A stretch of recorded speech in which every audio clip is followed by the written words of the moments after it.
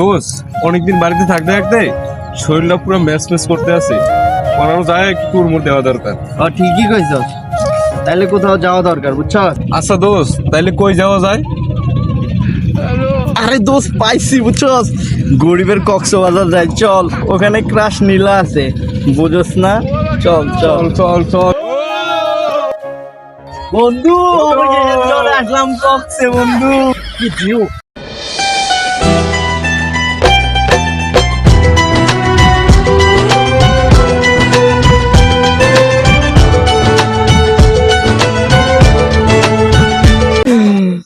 দোষ, আমি যেটা দেখি তুই দেখস, ক্রাশ নীলা। দোষ ক্রাশ নীলা। দোষ তাহলে সামনে ল।